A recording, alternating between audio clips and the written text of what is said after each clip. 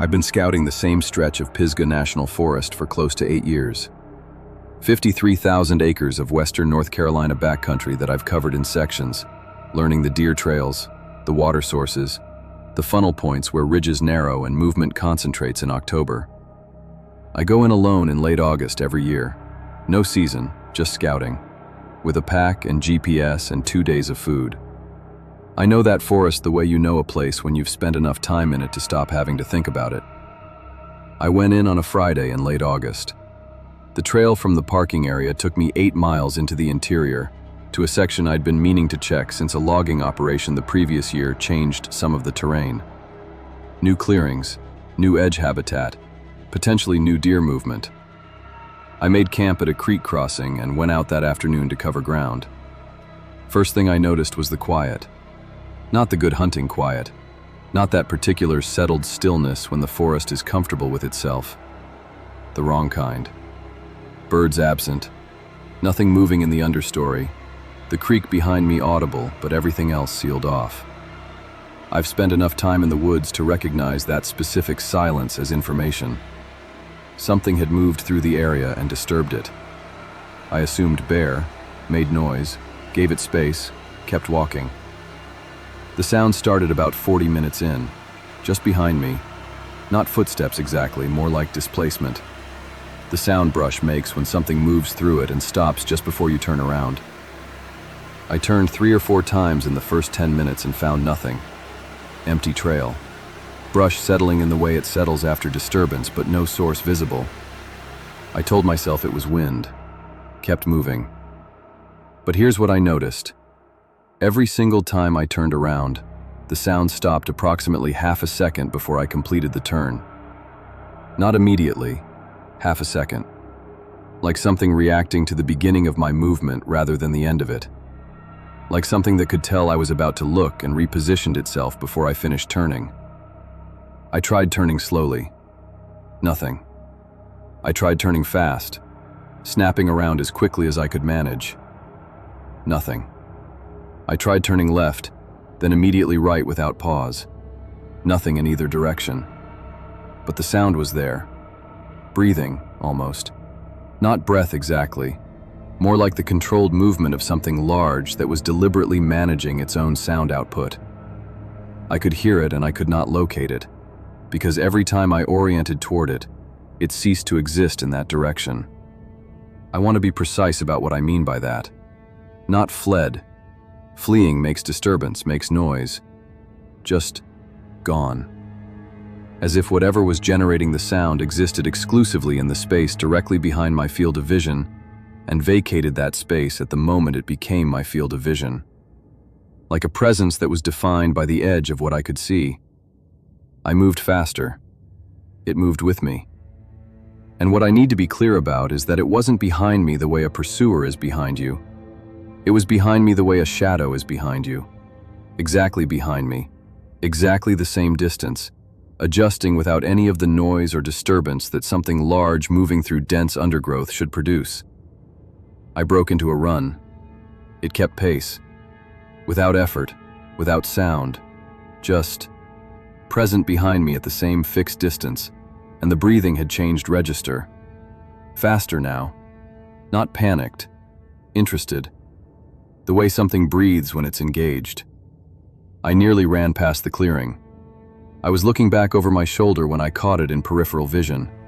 A break in the tree line to the left, 20 feet off the trail. I pushed through the brush and stopped at the edge of it and looked at what was there. A deer. On the ground. Fresh. I knew that from the blood. Still bright red, not yet oxidized, steaming faintly in the cool August air. A mature doe, on her side. What had been done to her was not what a predator does when it kills to feed. The body cavity was open, yes, but the organs hadn't been eaten. They had been arranged. Set beside the carcass in a specific sequence, each one placed with a deliberateness that had nothing to do with feeding. The liver beside the head, the heart further off, near the tree line. The stomach intact and upright, placed between the rear legs like something set down carefully. The rib cage spread open from the inside. The ribs bent outward one by one, methodically, the way you'd open something flat to examine the pages. I stood at the edge of that clearing and looked at it. Behind me, the sound had stopped. That was worse. I turned around. Empty trail. Brush. Dense forest in every direction I could see.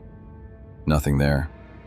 But standing in that clearing with an arranged kill behind me, I became aware of a specific quality of attention that I have never felt before or since. Not the feeling of being watched the way prey is watched, the feeling of being studied. Something trying to understand something about me rather than deciding whether to take me. I left on the run. The remaining 2 miles to camp were the longest of my life. The sound came back within 30 seconds of my leaving the clearing. Same distance, same pace, the same quality of absolute silence every time I turned and absolute presence the moment I faced forward again. I fell twice on the trail. The second time I went down hard on my left knee and hit the ground face first, and in the half second I was down with my head turned to the right, I heard it directly to my left, 3 feet away. Not moving, just there. The controlled breath of something that was right there while I was looking somewhere else. I did not turn my head left. I got up and I ran. I broke camp in 8 minutes and left the tarp stakes in the ground because pulling them would have meant looking down for too long. I hit the trail out at dusk and covered 8 miles in the dark with a headlamp and did not stop until I could see the parking lot. The sound followed me for approximately 6 miles of that walk. I don't know exactly when it stopped. The sustained state I was in blurs some of the details, but at some point the forest changed back to normal. The birds came back into the understory and the sealed quality of the silence broke, and whatever had been keeping pace behind me was gone. 3 people have heard this story. All 3 asked the same question. Did you ever see it? No. That's the point. That's what I've come to understand about what was in that forest. It doesn't hide the way an animal hides, staying still, hoping you miss it. It maintains itself in the position you're not looking at by moving when you move, by reacting to the beginning of a turn before you complete it, by being, I believe, genuinely only present in the space behind whatever you're facing at any given moment, which means it was with me the entire time, every step of those 8 miles out. Every time I faced the trail ahead, it was directly behind me. Every time I turned around, it wasn't there because it had already moved to where I wasn't looking. I've thought about what would happen if you stood still in the open and spun fast enough to catch it. I don't think you can. I think it's faster than the speed of a turn. I think that's exactly what it is, what it evolved or was made to be. Something that lives in your blind spot and is constitutionally incapable of being anywhere else. I haven't gone back to that section of Pisgah. The deer in the clearing keeps coming back to me. The organs laid out in sequence. The ribs open from the inside, one by one, like pages. It wasn't a meal and it wasn't a kill. It was a demonstration.